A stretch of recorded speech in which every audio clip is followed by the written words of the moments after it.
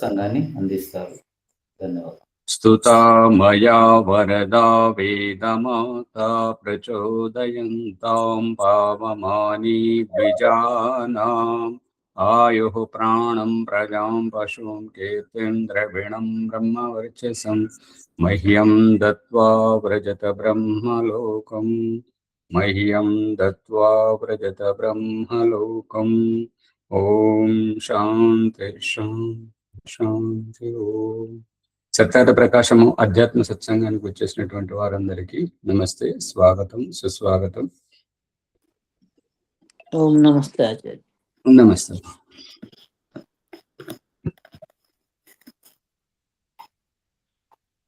సత్యార్థ ప్రకాశము నవమ సమల్లాసము 214వ పుటలు చూడండి. ప్రశ్న: జీవునకు పూర్వజ్ఞానము లేనప్పుడు వాణిని ఈశ్వరుడు దండించినను జీవుడు తన్ను సవరించుకోజాలడు. ఏలయనగా నేను ఫలానా కార్యము చేసి ఉన్నందులకు నాకు ఫలము కలిగినదని తెలిసినప్పుడే జీవుడు పాపకర్మల నుండి తొలగి ఉండగలుగును. అంటే ప్రశ్నకర్త యొక్క అభిప్రాయం ఏమిటి అంటే, జీవునకు పూర్వజన్మ జ్ఞానం ఉండాలి అనేది అభిప్రాయం. ఒకవేళ లేకపోతే వారిని ఈశ్వరుడు దండించినప్పుడు జీవుడు తనను తాను ఎలా సవరించుకోగలుగుతాడు? ఇప్పుడు మన ఇంట్లో కూడా, లేదంటే జైల్లోను, పోలీస్ స్టేషన్లోను వాళ్ళు ఏమంటారంటే, మరొకసారి తప్పు చేస్తావా, అలా చేస్తావా అని ఆ గతమును గుర్తింపజేసి దండింపజేయడం చూస్తున్నాం కదా. అందుకని అతను మర్చిపోయి, తప్పు చేసేటువంటి వాళ్ళు మర్చిపోతున్నారు కాబట్టి వాళ్లకు గుర్తు చేసి, అలా ఇదివరకు చేసినట్టుగా నువ్వు మళ్ళీ చేస్తావా అని చెప్పేసి దండించడం.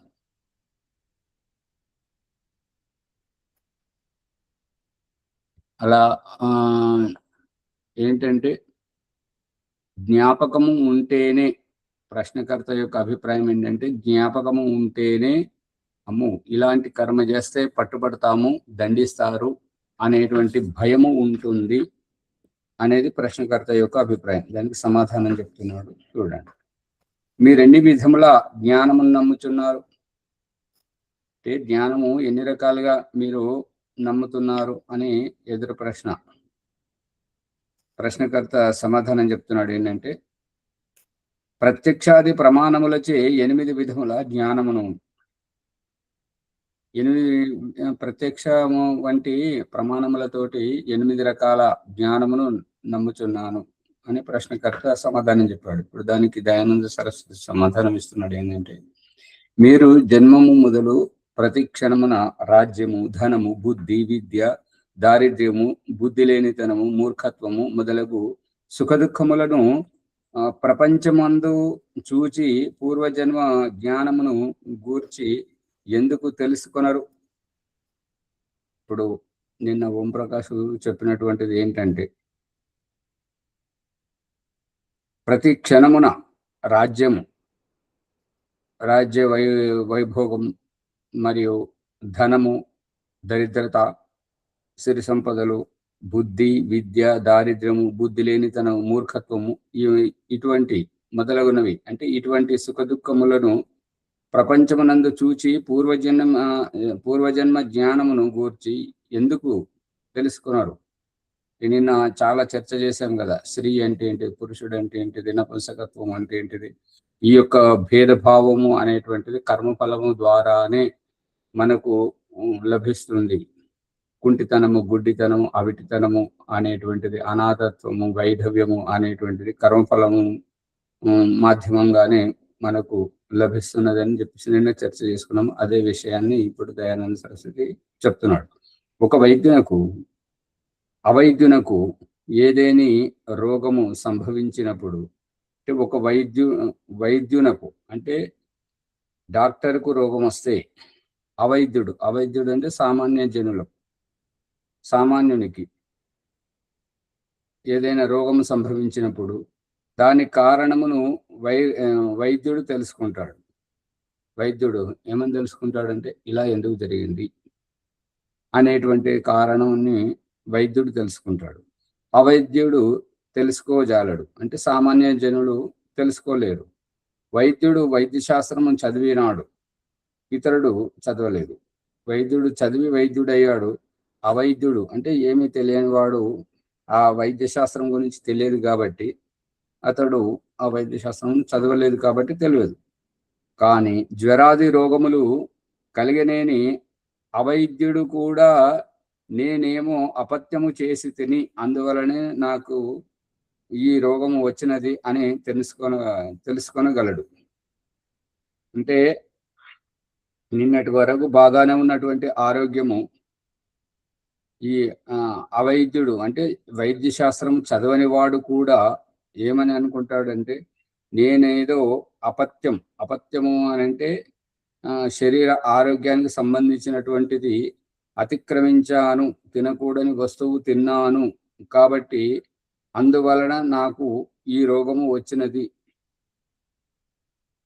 అని తెలుసుకొనగలడు. అట్లే లోకమునందుకు విచిత్ర సుఖదుఖాదుల వృద్ధి క్షయములను చూచి పూర్వజన్మమును ఎలా ఊహించి తెలుసుకున్నారు? ఇప్పుడు ధనము రావడం, కొల్లగొట్టుకుపోవడం,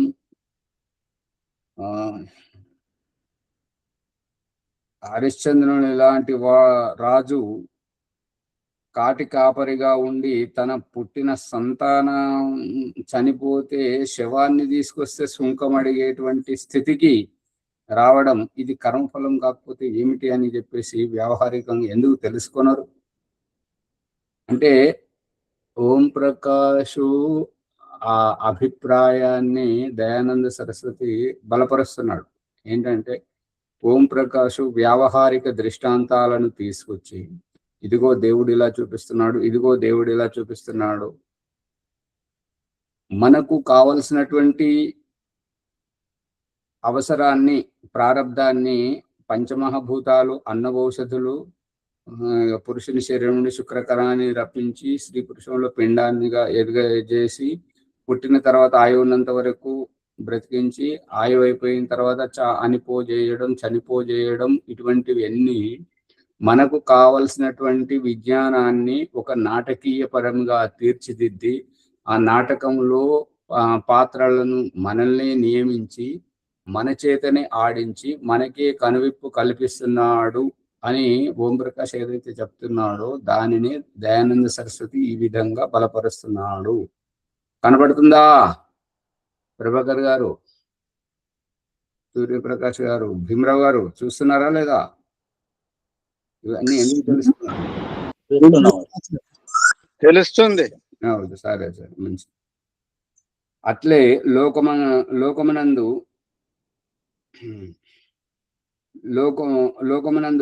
విచిత్ర సుఖదుఖాదుల వృద్ధి క్షేమలను చూసి పూర్వజన్మమును ఎలా ఊహించి తెలుసుకున్నారు?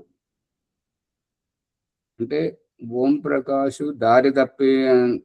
దారి తప్పించటం లేదు, సరైనటువంటి మార్గంలోనే తీసుకెళ్తున్నాడు ఆధ్యాత్మికంలో అనేటువంటి దానికి ఇది ప్రమాణం.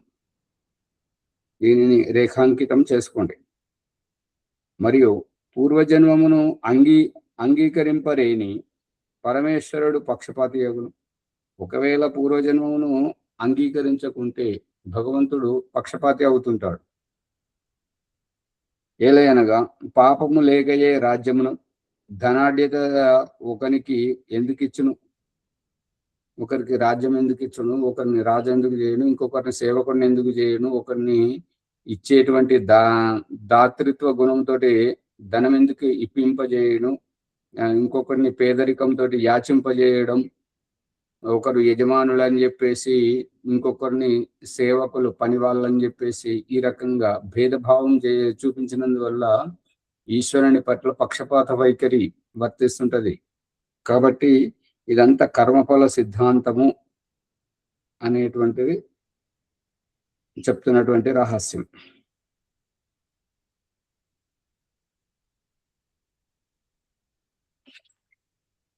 పూర్వ పుణ్యముల అనుసరించి సుఖదుఖములను ఇచ్చుట వలన పరమేశ్వరుడు న్యాయకారి యథారీతిని కాగలడు. అంటే న్యాయకారి అయినప్పుడే ఎవరికి ఎంత ఇవ్వాలో అంత ఇవ్వడం. ఇప్పుడు ఎవరికి ఎంత ఇవ్వాలో అంత అనంటే ఇంట్లో అమ్మ ద్వారా చూపిస్తున్నాడు ఈ రహస్యాన్ని. అమ్మ ద్వారా చూపిస్తున్నాడు ఏమనంటే, తాను వంట చేసినటువంటి పదార్థాన్ని నాన్నకు అంటే ఆ పిల్లల తండ్రికి మరియు పిల్లలకు, ఇంటికి వచ్చిన అతిథికి, ఇంట్లో పనిచేసే సేవకునికి, ఇంట్లో పెంచుకుంటున్నటువంటి కుక్కలకు, పిల్లులకు, పిచ్చుకలకు అన్నింటికి సమానంగా వడ్డిస్తుందా లేదంటే యథాయోగ్యంగా వడ్డిస్తుందా? యథాయోగ్యంగా. యథాయోగ్యం. ఎవరికి ఎంత కావాలో అంత, ఎవరు దేనికి యోగ్యులో ఆ విధంగా యథాయోగ్యంగా వ్యవహరిస్తుంటది. కాబట్టి ఈ యొక్క తల్లి ద్వారా మనకు పరమేశ్వరుడు తాను న్యాయకారిని, నేను ఎవరి పట్ల ఎటువంటి అన్యాయం చేయటం లేదు, యథాయోగ్యంగా ఎవరి కర్మఫలం ఏ రకంగా ఉందో ఆ విధంగానే మీకు వర్తింపజేస్తున్నాను అనేటువంటిది దీని సందేశం. ప్రశ్నకర్త ప్రశ్న: ఒకే జన్మమైనను పరమేశ్వరుడు న్యాయకారి కావచ్చును. ఒకే జన్మ ఉంటే పరమేశ్వరుడు న్యాయకారి కావచ్చును అంటున్నాడు ప్రశ్నకర్త. ఎట్లనా? రాజేది చేసినా అది న్యాయము. ఇంకా రాజు ఏది చేస్తే అది న్యాయమే. ఇప్పుడు ఈ రహస్యాన్ని దయానంద సరస్వతి వ్యవహార భాను అనే పుస్తకంలో అంధేరి నగరి గవర్గండ రాజా, అంధేరి నగరి, అంధేరి అని అంటే అక్కడ ఏది ఎప్పుడు ఎలా జరుగుతుందో ఎవరికి ఊహకందకుండా జరుగుతుంది కాబట్టి దాన్ని అంధేరి అంటే ఇది ఇలాగే అనేటువంటిది మనం ఊహించుకోవడానికి వీల్లేదు. అక్కడ ఏదైనా జరగవచ్చు, ఏదైనా జరగకపోవచ్చు. ఆ విధంగా అందుకని అంధేరి రాజా అంధేరి నగరి గవర్గండ రాజా. గవర్గండ రాజా అంటే, గవర్గండ అంటే గర్వముతో ఉన్నటువంటి ఒంటెద్దు పోకడగలిగినటువంటి రాజు. ఉదాహరణకు దయానంద సరస్వతి అక్కడ దృష్టాంతం చూపిస్తాడు. ఏంటంటే, ఒకడు బక్కపలసగా ఉన్నాడు, అతడు దొంగతనం చేస్తే, దొంగతనం చేశాడు మహారాజా అంటే వాడిని పట్టుకరన్నట్టు. పట్టుకొచ్చిన తర్వాత ఏంటి శిక్ష అని అంటే, వీనికి శూలదండన చేయండి అని అంటే, అప్పుడు ఆ శూలదండన విధించేటువంటి వ్యక్తి ఏమంటాడంటే, ఈ శూలము లావుగా ఉన్నది, వీడు దొంగతనం చేసినాడు సన్నగా చిన్నగా ఉన్నాడు అని అంటే, అప్పుడు రాజు ఏమంటాడంటే, మరి శూలదండన జరగాలి కదా, తప్పు చేసినప్పుడు శిక్ష పడాలి కదా, అందుకని వీడిని వదిలేసి ఆ శూలానికి సరిపోయే వాడిని పట్టుకరండి అని అంటాడు అన్నట్టు. అప్పుడు ఒక గురువు శిష్యులు వాళ్ళు వచ్చి ఉంటుంటారు, బాగా తిని మలయోధులుగా ఉండి బాగా శరీరంతో హృష్టపుష్టంగా ఉంటుంటారు. వాళ్ళను వచ్చి పట్టుకుపోతుంటే పట్టుకపోయి శూలదండన విధిస్తుంటారు అన్నట్టుగా. అప్పుడు ఇక వాళ్ళు చాకచక్యంతో తప్పించుకొని రాజుకి ఆ శూలదండన విధించేటట్టుగా చేస్తుంటారు. గుర్తున్నదా లేదా రాజమణమ్మ గారు, భీమరావు గారు? గుర్తుందా సార్? అదే గుర్తున్నది. నేను ఇద్దరు పోటీ పడతారు కదా వాళ్ళు శూలదండన. సంస్కృతంలో ఏమంటారంటే, గురు అరే చెప్పానా ఈ రాజ్యానికి రావద్దు అని అంటే నువ్వు విన్నావా? వినలేదు కదా, ఇప్పుడు శిక్ష అనుభవించు అని గురువు అంటే, శిష్యుడు అంటాడు, గురువు గారు ఇప్పుడు ఇక్కడికి వెళ్ళిపోదాం, మళ్ళీ ఎప్పుడు ఇక్కడికి రాకూడదు అని అంటే, ఇప్పుడు మనల్ని వదిలిపెడితే కదా బయటకు పోయేది. ఇప్పుడు వాళ్ళు పట్టుకపోవడానికే వచ్చారు శూలదండన అంటే, ఇప్పుడు ఎట్లా చేయాలి గురువు గారు అంటే, నేను చెప్పినట్టు చేయని చెప్పేసి గురువు గారు చెవిలో చెప్తుంటాడు. సరే అని అంటారు. ఇప్పుడు వాళ్ళు శిష్యులు పదండి గురువు గారు నడవండి అని చెప్పేసి వాళ్ళు సైనికులు పట్టుకపోతుంటే వాళ్ళు ఏమంటారంటే, గురువు నేను పోతానని చెప్పేసి అతను పోతే, గురువు గారు ఏంటిది, నేను శిష్యుని ఉండగా మీరు గురువులు ఎట్లా ఎదుగుతుంటారు, నేనే పోతానని చెప్పి గురువుని వెనుకకు దోసేసి శిష్యుడు ముందుకు పోతుంటాడు. నేను పెద్దవాడిని, గురువుని ఉండగా నువ్వు ఎట్లా పోతావు, నీకు ఇంకా జీవితం ఉన్నది, నువ్వు ఇంకా ఏమీ అనుభవించలేదు, నాది అన్నీ అయిపోయాయి కదా, అందుకని నేనే పోతానని గురువు పోతుంది, లేదు నేను పోతానే. ఇట్లా ఈ రకంగా వారు ఒకరికొకరు తోసుకుంటూ అక్కడికి పోతే ఇక శూలదండన చూడాలని చెప్పేసి అందరు గుమిగూడుతుంటారు అన్నట్టు. గుమిగూడుతుంటే రాజు అంటారు, వీళ్ళు ఎందుకు కొట్లాడుతున్నారు అని అంటే, వారు ఏంటో చెప్తలేరు గురువు గారు, వాళ్ళిద్దరే కొట్లాడుతున్నారు అంటే అప్పుడు రాజన్నారు, చెప్పండి మీరు ఎందుకు కొట్లాడుతున్నారు అంటే, సో రాజుగారు మమ్మల్ని ఆపకండి. ఎందుకు ఆపొద్దు అని అంటే, ఈ క్షణాన ఎవరైతే శూలదండన అనుభవిస్తుంటారో వారు నేరుగా వైకుంఠానికి పోతుంటారు. అందుకని ఈ చక్కని అవకాశం మీ దయ వల్ల మాకు లభించింది కాబట్టి మమ్మల్ని వెళ్ళనివ్వండి అని చెప్పేసి వెళ్తుంటారు. మేము ఎందుకు కొట్లాడుతున్నాం అంటే, మీరు దురదృష్టం కొద్ది ఒకరికే విధించారు, అయితే అందుకని ఈ చక్కని అవకాశం నాకు లభించాలని చెప్పేసి గురువు నాకు లభించాలని చెప్పి శిష్యులు మేమిద్దరం పోట్లాడుకుంటున్నాము, నేనంటే నేనే అని చెప్పేసి అంటే, అలాగా అయితే మీరిద్దరు వెళ్ళిపోయింది అంటాడు. వాళ్ళిద్దరు వెళ్ళిపోయింది మరి శూలదండ ఎలాగంటే, ఇప్పుడు నేను వస్తున్నానని చెప్పేసి అతను పోయి దాన్ని పడి చచ్చిపోతుంటాడు అన్నట్టుగా, తనకు తాను విధించుకుంటాడు అన్నట్టు. అట్లా గవర్గండ రాజా, గౌరవండి రాజా. అది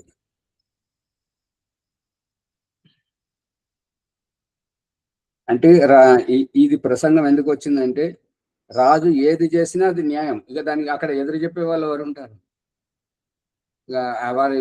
వారి మాటే శాసనం.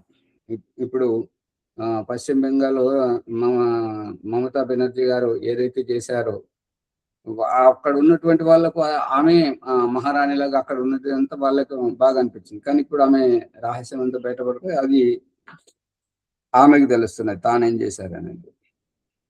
తోటమాలి తోటయందు చిన్న పెద్ద వృక్షములను సిద్ధము చేయును, ఒకదానిని ఖండించును, మరి ఒక దానిని పెరికివేయను అంటే పీకేస్తానమాట. అంటే ఒక క్రమ పద్ధతిలో మీరు అక్కడక్కడ మంచి పార్కులలో చూసుంటారు, చెట్లతోటి ఏనుగులను, కుక్కలను, పిల్లులను తయారు చేస్తుంటారండి చెట్లతోటి. అంటే ఆ పిల్లలకు ఆకర్షణీయంగా కనిపించాలని చెప్పేసి ఆ రకంగా తయారు చేస్తుంటారు. ఈ తోటమాలి యొక్క ఉద్దేశం ఏంటంటే, ఎక్కుడు దిక్కుడుగా ఉన్నటువంటి పెద్దగా పెరిగినటువంటి వాటిని కత్తిరించడము, మరియు అనవసరమైనటువంటి ఆ యొక్క అలంకారంలో ఒదగలేనటువంటి పిచ్చి మొక్కలను వాటిని పీకివేయడం, ఇలా చేస్తుంటాడు. కొన్నింటిని రక్షించును, కొన్నింటిని పెంపు చేయును, కొన్నింటిని కాపాడుతుంటాడు, ఉన్నంతటనే వాటిని కాపాడుతుంటాడు, కొన్నింటిని ఇంకా పెరుగ చేస్తుంటాడు. పెంపు చేయడం అంటే ఇంకా పెంచడం, ఎక్కువ చేయడం. తన వస్తువును తానేమి చేసినను ఎట్లుంచినను దోషము లేదు. అది తోటమాలి వస్తువు, అది ఆ తోట అతని అభీష్టము మేరకు ఏది ఉండాలి, ఏది ఎంత ఉండాలి, అది ఆయన చేసుకుంటున్నాడు కాబట్టి అది ఆయన ఇష్టం, అక్కడ దోషం లేదు. అదే మనం ఎవరమైనా పోయి చేస్తుంటే, పూలు తెప్పద్దు, మొక్కలు పీకద్దు, దూరం ముట్టుకోవద్దు అని చెప్పేసి మనల్ని వారిస్తుంటాడు అన్నట్టు. ఏలైనా అతని పైన ఇంకొకడెవడు న్యాయం చేయువాడు గాని దండించువాడు గాని లేడు కదా. అంటే పరమేశ్వరుని పైన తోటమాలి వలనే పరమేశ్వరుని పైన ఇంకొకడెవడు న్యాయం చేయువాడు గాని దండించేవాడు గాని లేడు కదా. ఈశ్వరుడు ఎవరి నుండి భయపడును, ఈశ్వరునికి భయం ఏమిటి అని ప్రశ్నకర్త దయానంద ప్రశ్నించి అడుగుతున్నాడు. దానికి దయానంద సరస్వతి ఉత్తరం చెప్తున్నాడు ఏంటంటే, పరమాత్మ న్యాయంనే కోరును, న్యాయంనే చేయును, అన్యాయం ఎన్నడును చేయడు, అతడు గొప్పవాడు, అందువలననే అతడు పూజనీయుడు కూడా. పరమాత్మ న్యాయమును కోరుతుంటాడు. అంటే ఇప్పుడు ఒక తల్లి తన సంతానముకు మంచి జరగాలి, మేలు జరగాలి, గొప్పగా ఎదగాలని కోరుకుంటారు. ఆ గొప్పగా అనేటువంటిది వాళ్ళ ఇంట్లో వారి సామర్థ్యం బట్టి ఏది అనేది వాళ్ళ వివేకం మీద ఆధారపడి ఉంటుంటది. అందుకని ఈ సందర్భంలో దృష్టాంతం ఏంటంటే, పేదరికంలో ఉన్నటువంటి తల్లి పిల్లలు చేసేటువంటి చిన్న దొంగతనాల వైపు దృష్టి పెట్టకుండా ఏమి మందలించకపోయేసరికి అది చిన్న దొంగతనాలు పెరిగి ఇంతింతయి వటుడింతయి అని చెప్పేసి ఒక అతన్ని పోలీసులు పట్టుకున్నారు. జైల్లో కోర్టులో న్యాయాధీశుని దగ్గరికి తీసుకెళ్తే న్యాయాధీశుడు అతనికి మరణదండన విధిస్తుంటాడు అనమాట. మరణదండన విధిస్తూ చివరికి ఇక ఆ కేసును ఆ రోజు మూసేయాల్సినటువంటి సందర్భం కాబట్టి మరణదండన విధిస్తున్నారు కదా. అయితే ఒక అవకాశం ఇవ్వాలి కాబట్టి అతను అన్నాడు, నీకేమైనా చివరి కోరిక ఉంటే కోరుకో అని చెప్పేసి అతన్ని అన్నాను. అంటే నేను మా అమ్మతోటి కొద్దిగా మాట్లాడాలి, మా అమ్మను నా దగ్గరికి రప్పించండి అని అంటే సరే అని చెప్పేసి అంటే ఏంటి చెప్పని చెప్పేసి వాళ్ళ అమ్మ దగ్గరికి వచ్చి అడిగితే ఏంటంటే అక్కడ దూరం కాదు, నా దగ్గరికి రమ్మని చెప్పేసి నేను రహస్యంగా చెప్పాలి, నీ చెవులోనే చెప్తాను, బయట అందరు వింటారు అని అంటే అవును అంత రహస్యం ఏముంది బిడ్డ అని చెప్పేసి దగ్గరికి వచ్చి చెవి పెడుతుంది. ఆ చెవులు గట్టిగా కొరికేస్తాడు అన్నట్టు. ఎంత గట్టిగా కొరికేస్తాడు అంటే అంత గట్టిగా కొరికేస్తాడు. ఇక ఆమెకు నొప్పితోటి ఆ రక్తం గారుతుంటే పెద్దగా అరుస్తుంటే మళ్ళీ పోలీసులు వచ్చి విడిపిస్తుంటారు. ఎందుకు చేశావు ఇలా అని అంటే అప్పుడు అతను అంటాడు, నాకు ఈ రోజు ఈ శిక్ష పడడానికి కారణం నేను చేసిన దొంగతనం కాదండి, నేను చేసిన తప్పు కాదు. నేను మొదటిసారి ఎప్పుడైతే చేశాను వాళ్ళ తోట నుంచి పాలకూర, వాళ్ళ ఇంటి నుంచి చెంబు ఏదైతే తెచ్చాను అప్పుడే ఈడ్చి నన్ను 2 కొట్టినట్టుంటే, మా అమ్మ కొట్టినట్టుంటే ఈ రోజు నాకు ఈ శిక్ష పడేది కాదు. వెలుగుతుందా?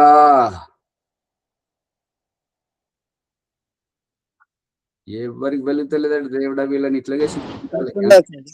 అర్థమైంది ఆచార్య, అర్థమైంది ఆచార్య. మొదటిసారి చేసినప్పుడే దండిస్తేనే ఇంకోసారి చేయరు. అప్పుడు దండిస్తే నేను మళ్ళీ చేసేవాడిని కాదు కదా. నేను అలాంటి తప్పే చేయకపోతే నాకు ఇలాంటి శిక్ష పడేది కాదు కదా. అవును.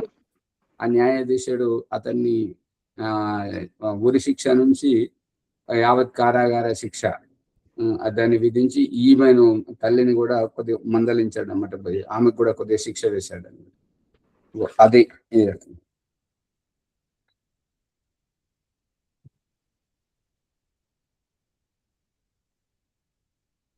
పరమాత్మ న్యాయమునే కోరుడు, అందుకని పరమాత్మ న్యాయమునే చేయను, అన్యాయమైనడును చేయడు.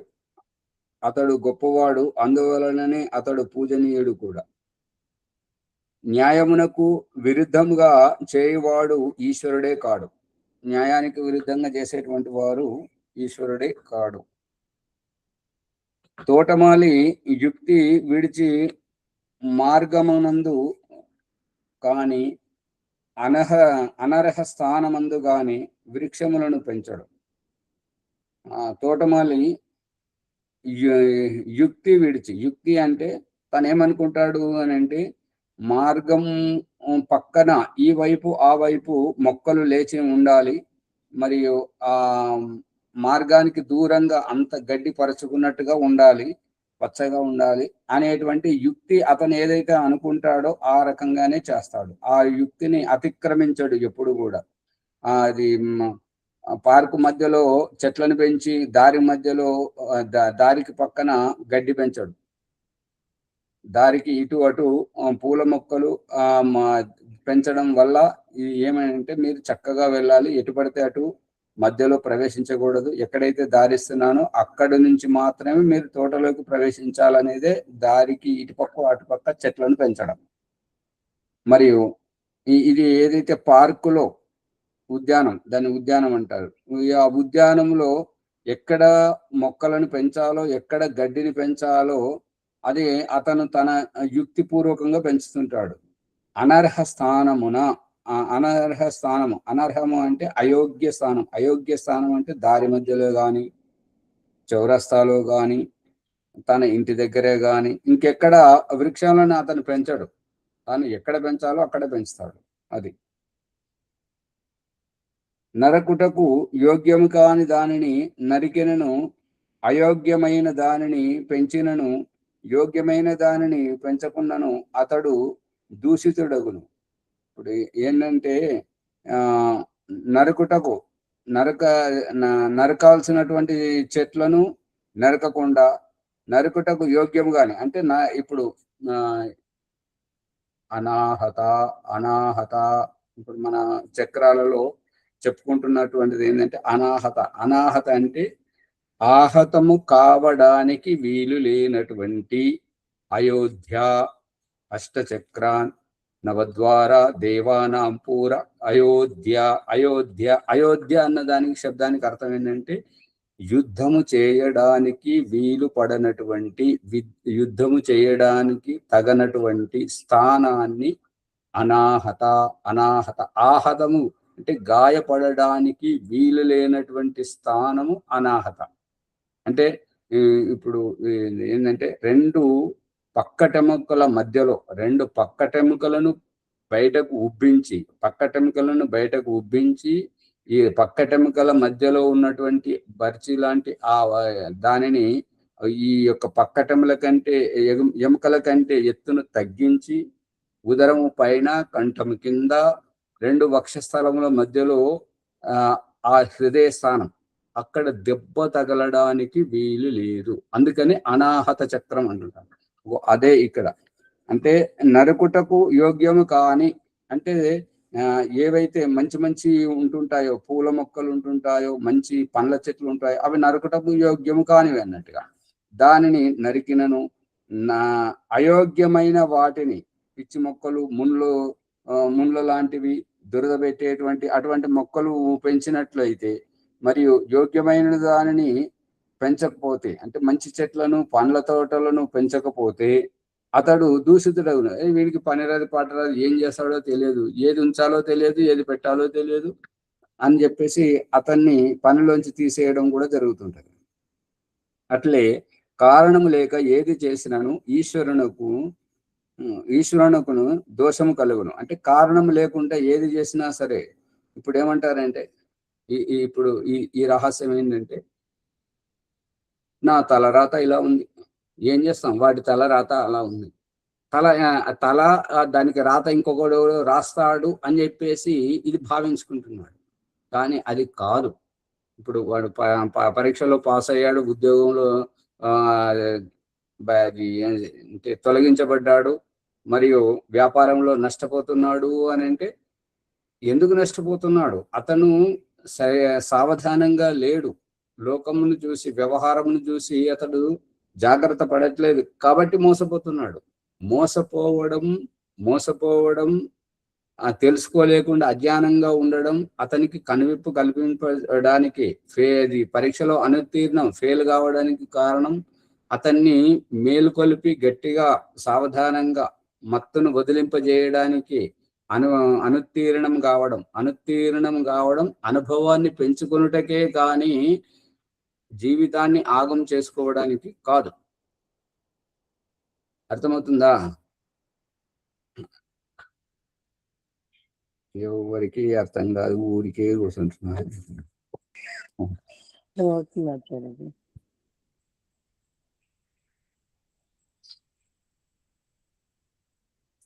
అందుకని అట్లే కారణము లేక ఏది చేసినను ఈశ్వరునకు దోషం కలుగును.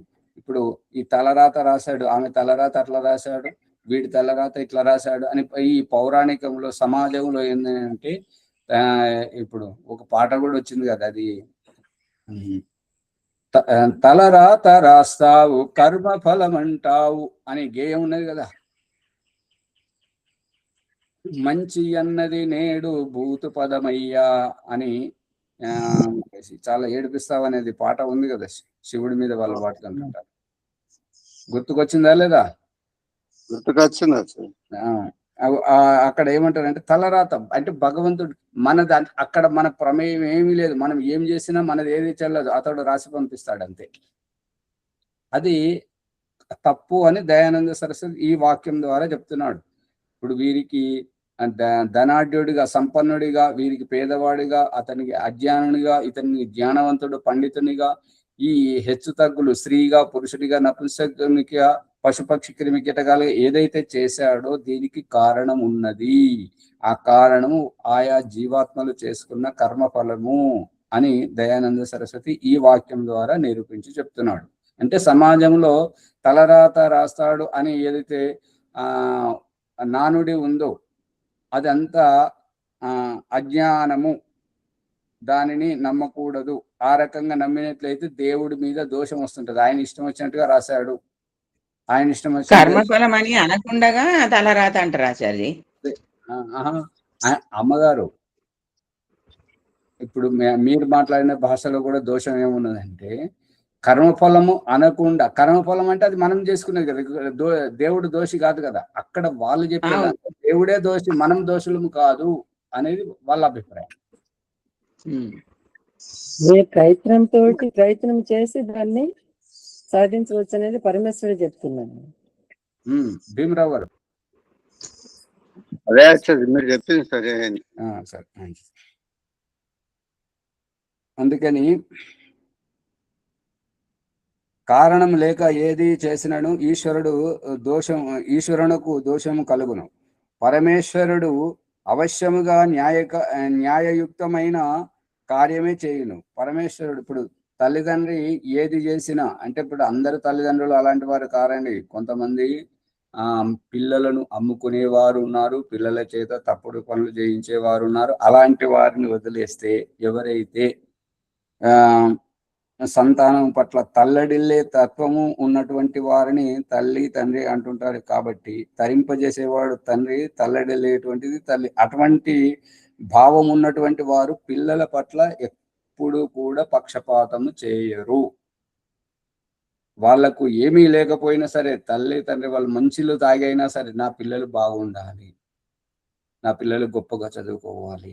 అందుకనే ఈ నిజాయితీ వల్లనే అంట్లు తోముకునే వారి పిల్లలు, రిక్షా దొక్కే వారి పిల్లలు, కూలి పనులు చేసుకునే వారి పిల్లలు IAS IPS అయినట్టుగా ఎన్నోసార్లు పేపర్లో వచ్చింది, టీవీలో వచ్చింది.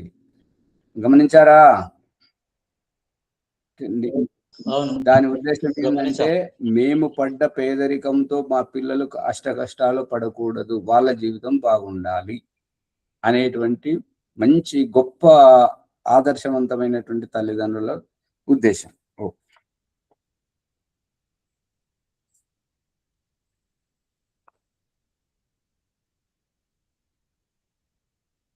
ఏలయనగా అతడు స్వభావంచే పవిత్రుడు. అంటే పవిత్రుడు అన్నప్పుడు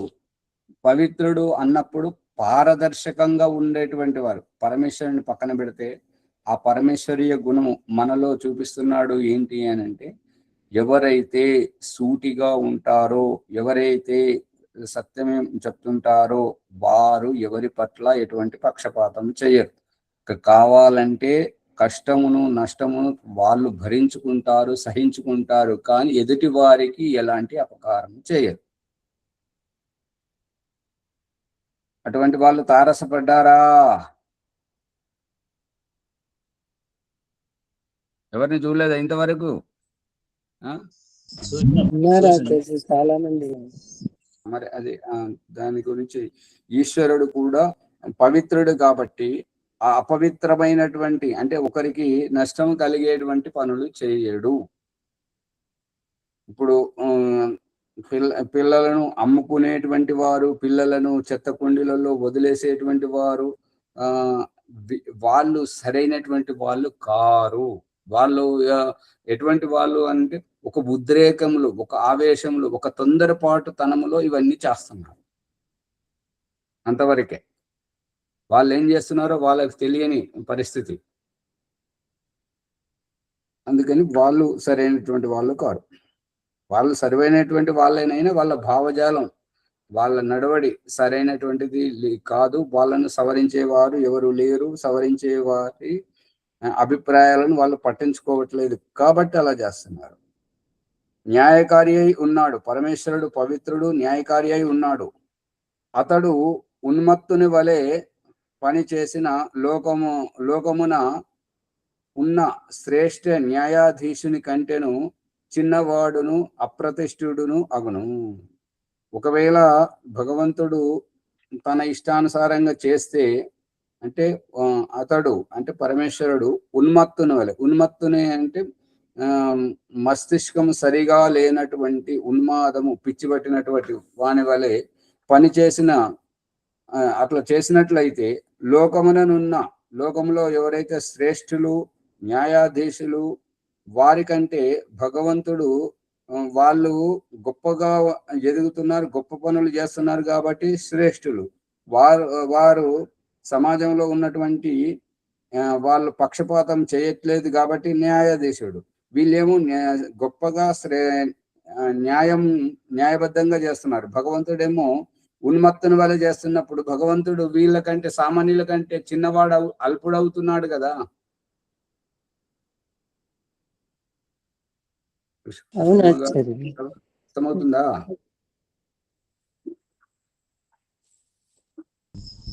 అర్థమవుతుంది. సరే. అందుకని అర్థమవుతుంది ఆచార్య. ఈ లోకమున యోగ్యతకు తగిన ఉత్తమ కార్యములను చేయక ప్రతిష్ట కలుగున. ఈ లోకములో యోగ్యతకు ఎవరు ఎంతటి యోగ్యత కలిగిన వారు అంతటి ఉత్తమ కార్యములను చేయకపోతే ప్రతిష్ట, పేరు, కీర్తి, ప్రతిష్టలు కలుగుతాయా? దుష్ట కార్యములు చేయని వారిని దండించువాడు నిందనీయుడు, అప్రతిష్ఠుడు అగును కదా, అగునా కాదా? అంటే ఎవరైతే తప్పు చేయని వారిని దండించడం, తప్పు చేయని వారిని దండించినటువంటి వారి పట్ల సమాజంలో ఆదరణ పోతుంటది, పలుకుబడి పోతుంటది, అందరి చేత హేయము నిందించగలిగేటువంటి వాడు అవుతుంటాడు, అందరూ దూరం పెట్టేస్తారు అతన్ని. అందుకని ఏదైతే తప్పు చేసినప్పుడే దండించినప్పుడు ఆ తప్పు చేసేటువంటి వారు భయపడతారు. అమ్మ కోపడుతుంది, నాన్న కోపడతాడు, గురువు గారు కోపడతారని చెప్పేసి భయము అనేటువంటిది ఉంటుంటది. భయము అనేటువంటిది దేని పట్ల ఉండాలి అని అంటే అన్యాయం పట్ల, అధర్మము పట్ల, పాపము పట్ల, హింస పట్ల భయం ఉండాలి. కానీ మంచి చేసేటప్పుడు కానీ, మరి భగవంతుడు ఉపాసన చేసేటప్పుడు కానీ, మరియు తల్లిదండ్రులకు సేవ చేసేటప్పుడు కానీ భయముతో చేయకూడదు. అర్థమవుతుందా భాగ్యలక్ష్మమ్మ గారు?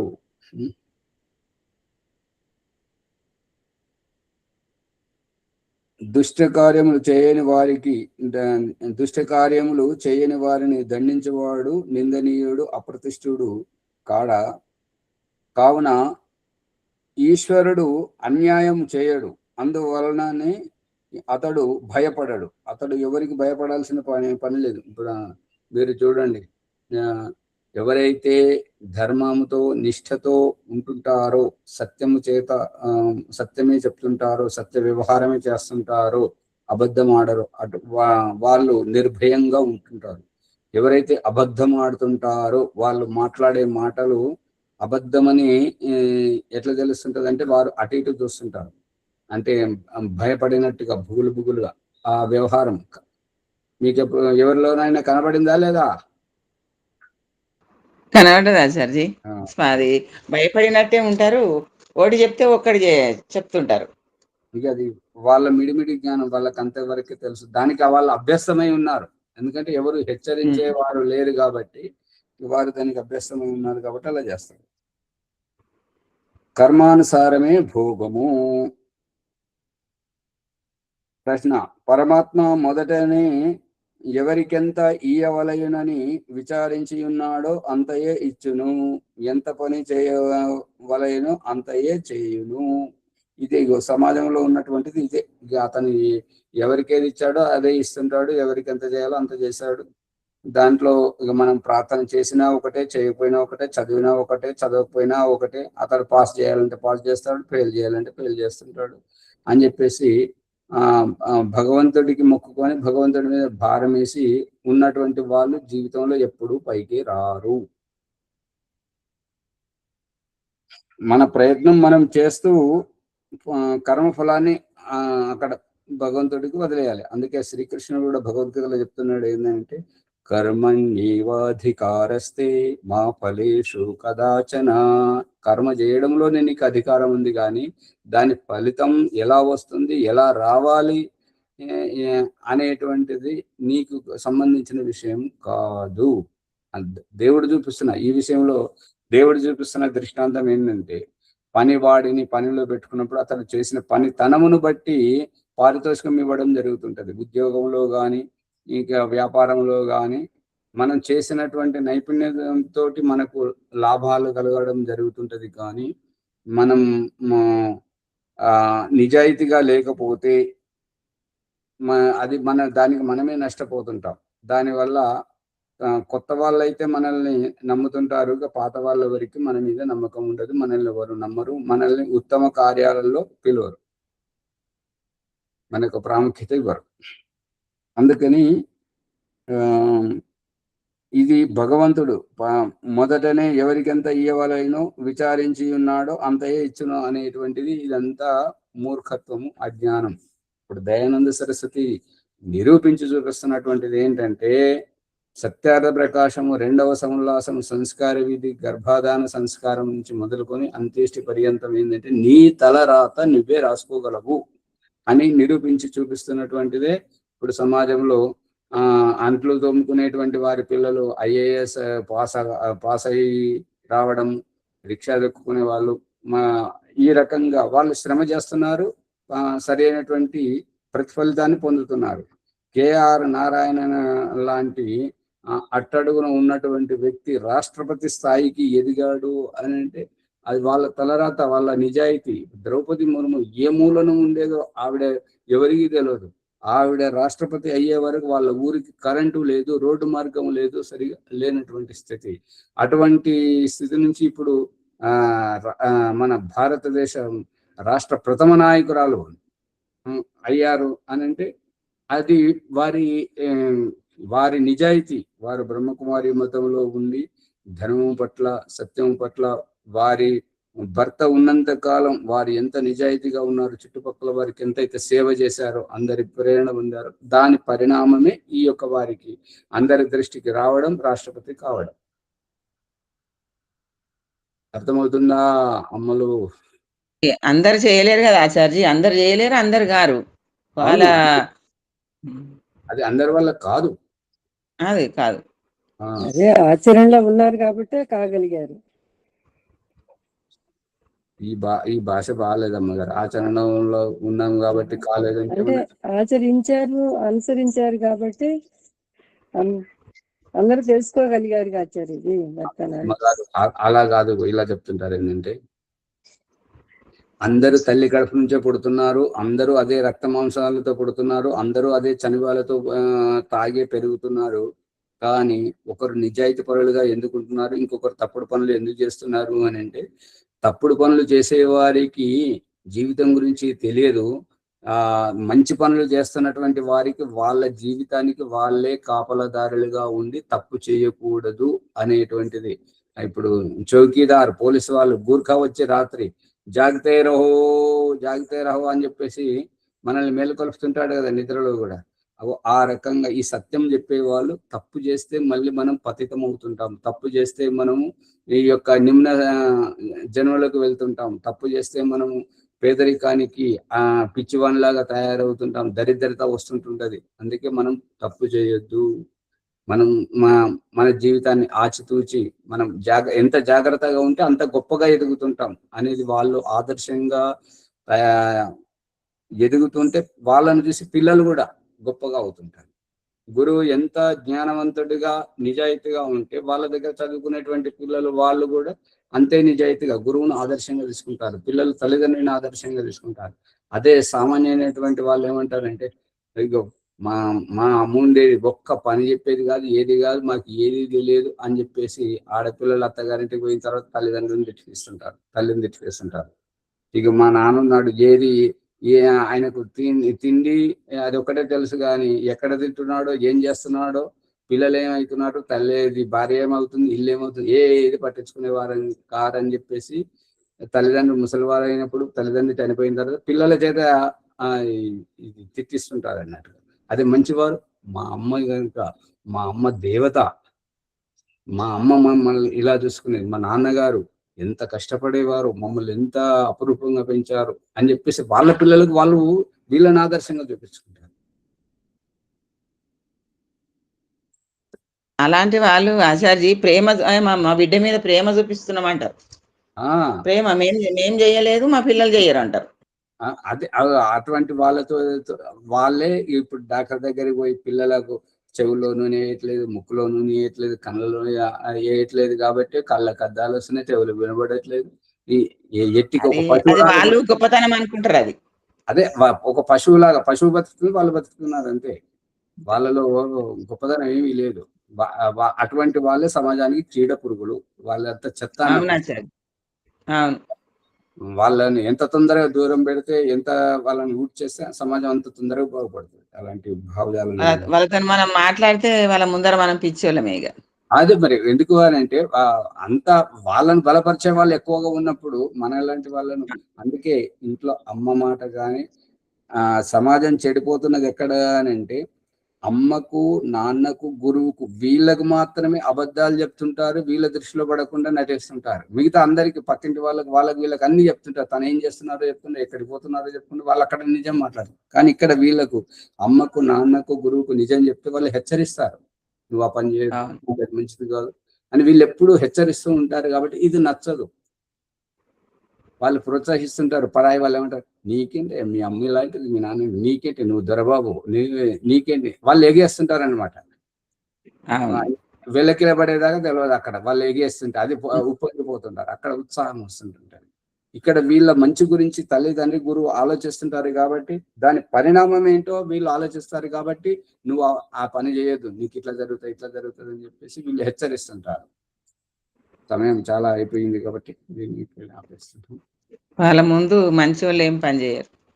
అదే ప్రభాకర్ తీసుకెళ్ళి. ఓం సర్వేభ్యో నమస్తే. అది సత్సంగ పాఠం సత్యార్థ ప్రకాశం నవమ సమోల్లాసంలో ముక్తుల సమాలోచనంలో మనం తెలుసుకుంటున్నాం. పూర్వజన్మ ఆధారంగానే ఈ జన్మలో సుఖ దుఃఖాలను అనుభవిస్తున్నామని, పరమాత్మ న్యాయకారి, మనం చేసిన కర్మలకు తగిన ఫలం యథారీతిగా ఇవ్వగలడని తెలుసుకున్నాం. ఈశ్వరుడు ఏ జీవికి కూడా అన్యాయం చేయడు, యథారీతిగా న్యాయమే చేస్తాడనే విషయాన్ని ఈ ఎపిసోడ్ ద్వారా తెలుసుకుంటున్నాం. తర్వాత కర్మానుసారమే భోగం అనే విషయాన్ని ఇప్పుడు ప్రారంభించడం తెలుసుకుంటున్నాం. ఇంకా విషయాలు ఎన్నో తెలుసుకునేటున్నాయి. ఈ జ్ఞానాన్ని అందరికీ పంచడానికి కొరకై మనం ఈ ఎపిసోడ్ను సబ్స్క్రైబ్ చేద్దాం, షేర్ చేద్దాం, లైక్ చేద్దాం, గంట సింబల్ నొక్కి ఈ జ్ఞానాన్ని అందరికీ అందించగలరని మనది. ఏవైనా ఇందులో సందేహాలు ఉంటే కామెంట్ బాక్స్లో ప్రశ్నల రూపంలో రాసి సందేహాలను తీర్చుకొని జ్ఞానాన్ని అభివృద్ధి చేసుకోవాలని కోరుచున్నాం. తర్వాత ఈరోజు వైదిక ఒక సూచన, ఇప్పుడు ఇది కనపడుతుంది కదా స్క్రీన్ మీద, ఇది ఎండమావులు వచ్చినట్టుగా ఎందుకు వస్తుందో మీకు అందుబాటులో ఉన్నటువంటి వాళ్ళ ఎలక్ట్రీషియన్ అడగండి. కారణం తెలుస్తలేదు. కరెంటు స్తంభం మీద బాగు చేసాము, బల్బులు మారుస్తున్నాం, ఎన్ని మార్చినా కూడా అట్లాగే వస్తుంది. ఇదివరకు మంచిగా వస్తుంది. సూర్యప్రకాష్ గారు మీ దగ్గర ఎలక్ట్రీషియన్లు ఉంటారు కదా, భీమరావు గారు, వాళ్ళని అడగండి ఇట్లా ఎందుకు వస్తుంది, కారణం ఏంటి, విద్యుత్ కారణమా, కెమెరాది కారణమా, మళ్ళీ ఈ లైట్లన్నీ పని చేస్తే బాగా వస్తుంది, లైట్లు వేస్తేనే అట్లా వస్తుంది. కొద్దిగా కనుక్కోండి. ఇవాళ సంజయ్ పర్సన్ చెప్పండి. ప్రభాకర్ గారు సంజయ్ పర్సన్ వరలక్ష్మి గారిది ఉంది, వరలక్ష్మి గారు మరి లేనట్టున్నారు. లేదు, రాలేదు ఈరోజు. ఇంకెవరైనా తీసుకోగలరని కోరుచున్నాను. నేను చేయిస్తానండి. సువర్చలమ్మ గారు సంధ్యోపాసన చేస్తుంది.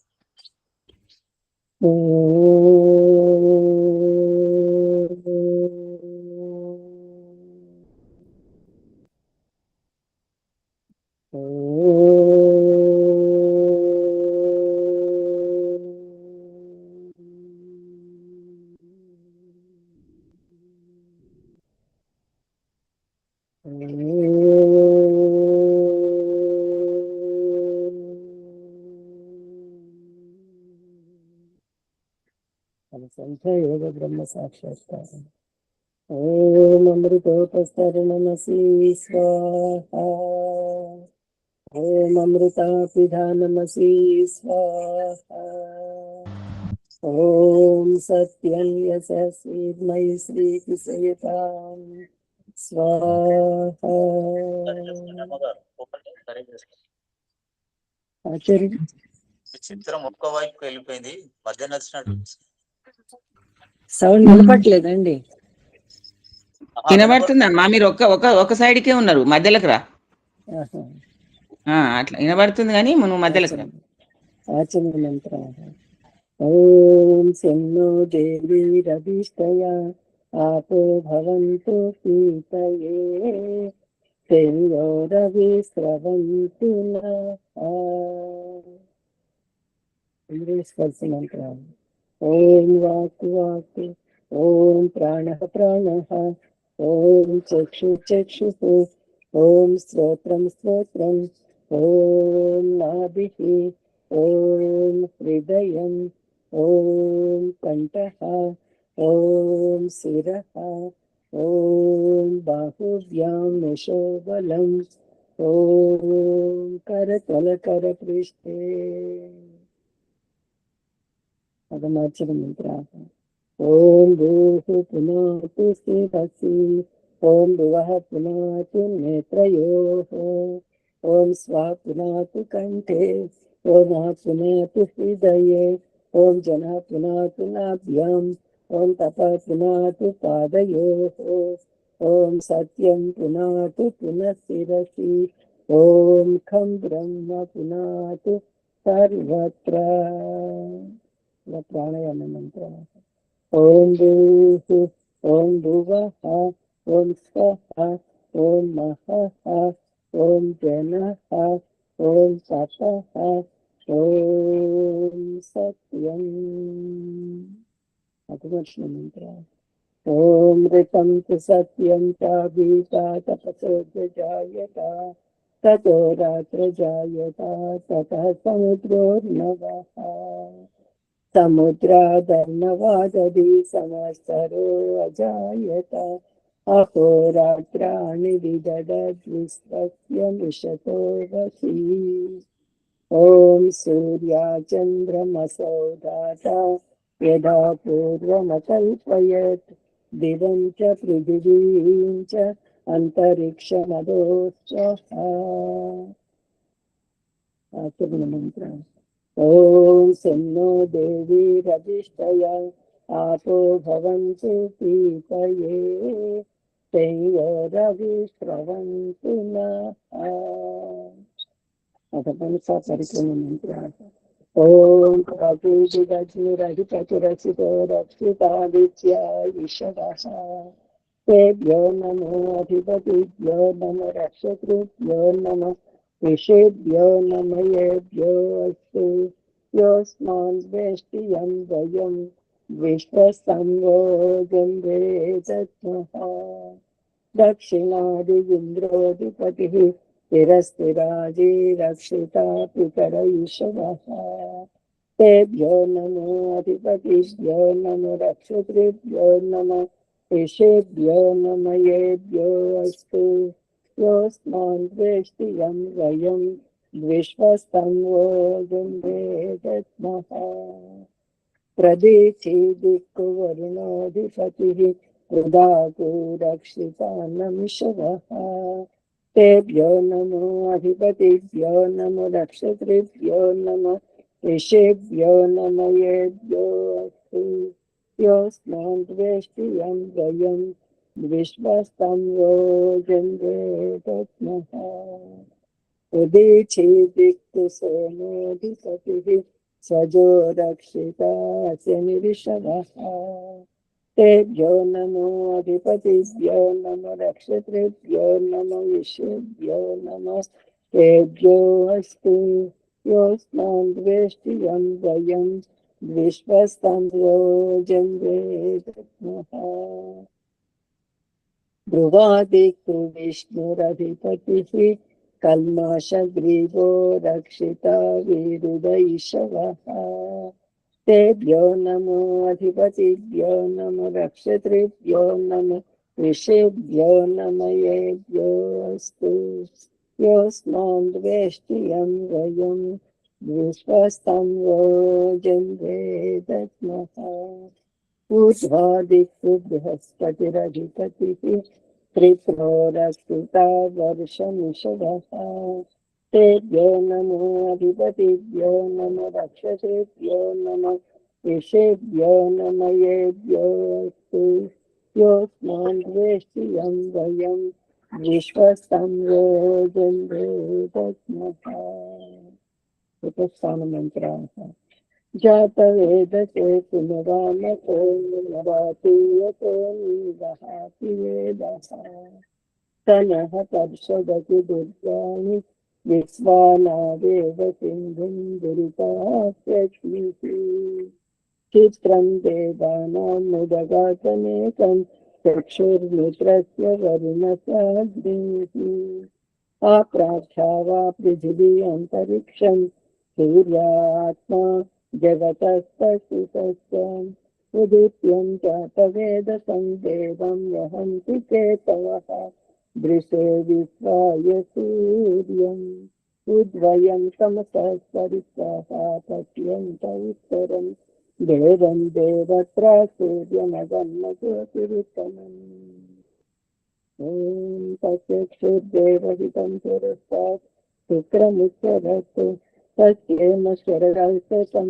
जीवेम शरदौषधं गृह्याम शरदौषधं प्रब्रवाम शरदौषधम् अधीनाः स्याम शरदौषधं भूयस्य शरदौषधा ॐ तन्नो देवी रजिष्ठया आपो भवन्तु पीतये संयोरभिक्रमन्तु नः ॐ भूर्भुवस्सः तत्सवितुर्वरेण्यं भर्गो देवस्य धीमहि धियो यो नः ప్రచోదయాత్. హే జగదీశ్వర దయానిధి, మీ అనంత కృప వలన నేను చేస్తున్న ఉపాసనాది కర్మముల మూలమున ధర్మ అర్థ కామ మోక్షములందు చతుర్విధ పురుషార్థముల సిద్ధిని వీటిని ఏందే సంప్రాప్తించుకున్నట్లు అనుగ్రహించిన స్వామి. ఓం నమ శంభవాయ చ మయ భవాయ చ నమ శంకరాయ చ మయస్కరాయ చ నమ శివాయ చ శివకరాయ చ. ఓం శన్నో దేవీ రజిష్ఠయ आपो भवन्तु प्रीतये संयोरविस्रवन्तु नः. इति ब्रह्मयज्ञः. ॐ शान्तिः शान्तिः शान्तिः. మీకు నాకు అవకాశం ఇచ్చినందుకు ధన్యవాదాలు. ధన్యవాదములు సువత్సలమ్మ గారికి. శాంతి పాఠం. ఓం ద్యౌ శాంతి అంతరిక్షం శాంతి పృథివీ శాంతి అపశాంతి ఓషధయ శాంతి వనస్పతి శాంతి విశ్వే దేవా శాంతి బ్రహ్మ శాంతి సర్వం శాంతి శాంతిరేవ శాంతి సమా శాంతిరేధి. ఓం శాంతి శాంతి శాంతి. ఓం సర్వేభ్యో నమస్తే. ఓం ఓం నమస్తే సర్వేభ్యో నమః. ఓం నమస్తే ఆచార్యజీ. సర్వేభ్యో